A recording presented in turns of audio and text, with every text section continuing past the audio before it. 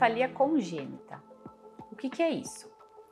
O que é uma doença congênita? Então, congênito se refere a uma condição que foi desenvolvida lá durante o período gestacional, dentro da barriga da mãe. Não necessariamente uma doença congênita seja uma doença genética, tá?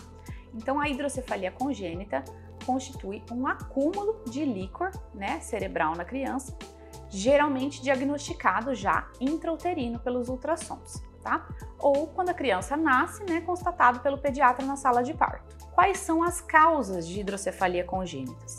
Então, são diversas causas. Aqui no nosso país, infelizmente, a gente ainda tem algumas pacientes que não conseguem fazer acompanhamento pré-natal.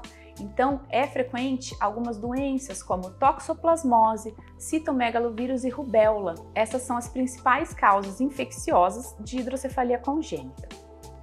Outras causas incluem as malformações, geralmente aí por alterações genéticas, tá? Então a gente pode ter também. Uma das causas bastante conhecida de hidrocefalia congênita, uma das formas clássicas, é por estenose do aqueduto. Então, em geral, essa condição tem alteração genética, tá? É uma alteração que se apresenta mais em crianças do sexo masculino. E o que acontece é uma obstrução da circulação do líquor. Então, o líquor ele é produzido no plexo coroide, ele circula dos ventrículos laterais para o terceiro ventrículo e ele precisa ir para o quarto ventrículo. O que acontece na hidrocefalia congênita por estenose do aqueduto é que tem algumas membraninhas ali na região do aqueduto. Então, esse líquor fica com a circulação comprometida. O que a gente tem, então, é uma hidrocefalia obstrutiva, tá?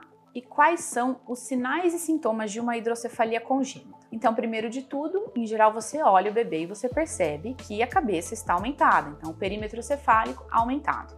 Outro sinal também importante é o abaulamento da fontanela ou da moleira. Então a gente tem uma moleira tensa e grande, ampla, tá?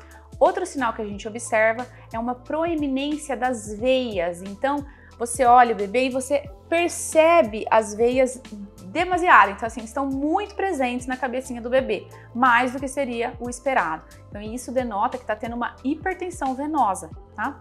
Então, essa proeminência venosa.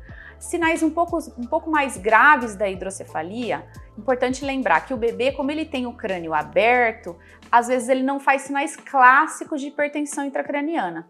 Porém, quando essa dilatação já está em extrema, o bebê pode apresentar olhar em sol poente, que é um olhinho olhando para baixo. O bebê não consegue fazer uma olhada para cima, então o olhinho bem focando assim para baixo, chamado olhar de sol poente.